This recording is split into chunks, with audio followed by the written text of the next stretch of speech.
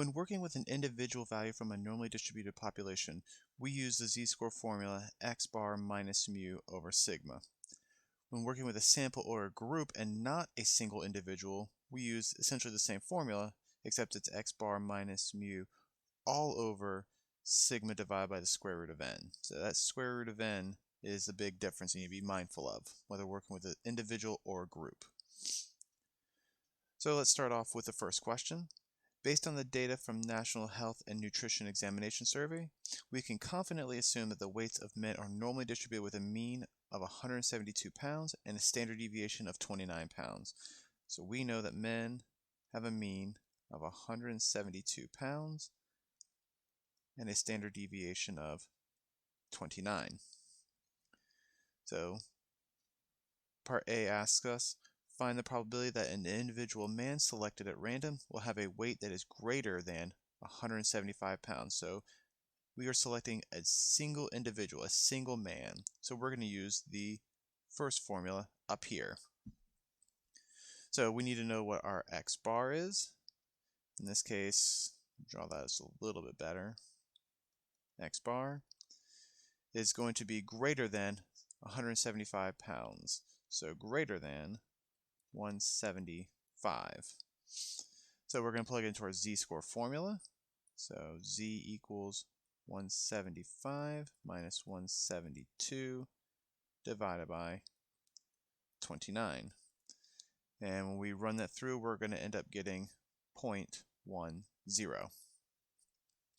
Now that we have our z-score, we're going to plug it into normal CDF. So normal CDF.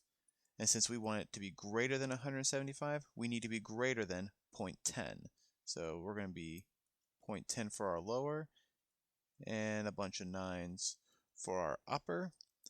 And then we're just going to plug this into the calculator and let it help us do the work for us.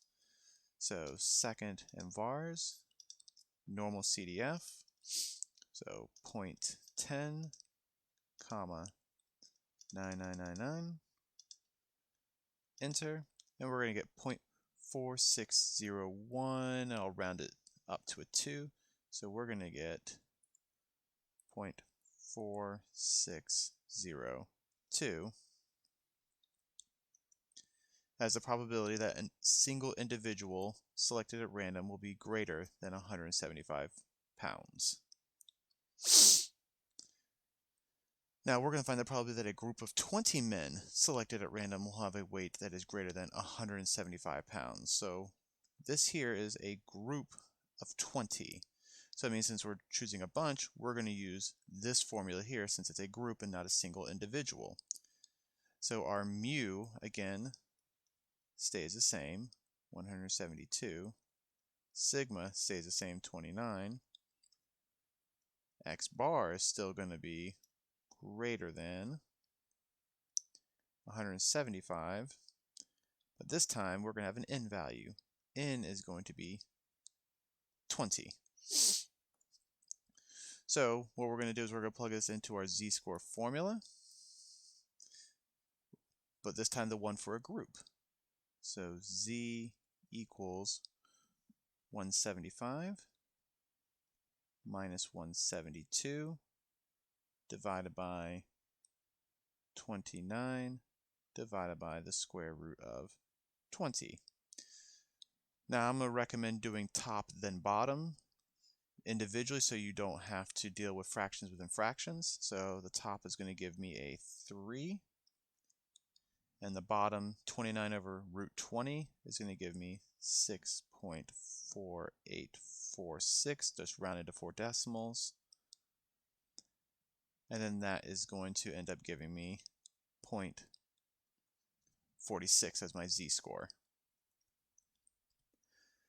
Now that I know what z equals, I'm going to plug it into my normal CDF, just like normal. So normal CDF.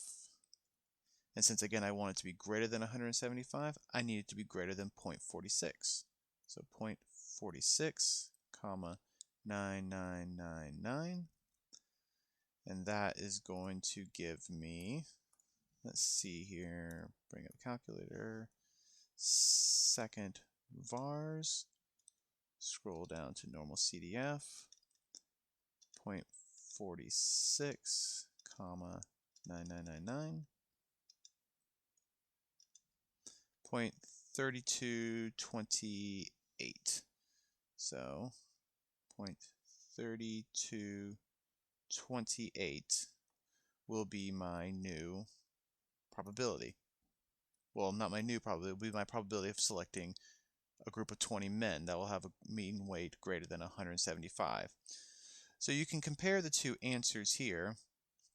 When we looked at a single individual selected, that was going to be more than 175, it was 0.4602, but when we selected a group of 20 people, that was going to be more than 175, we got 0.3228.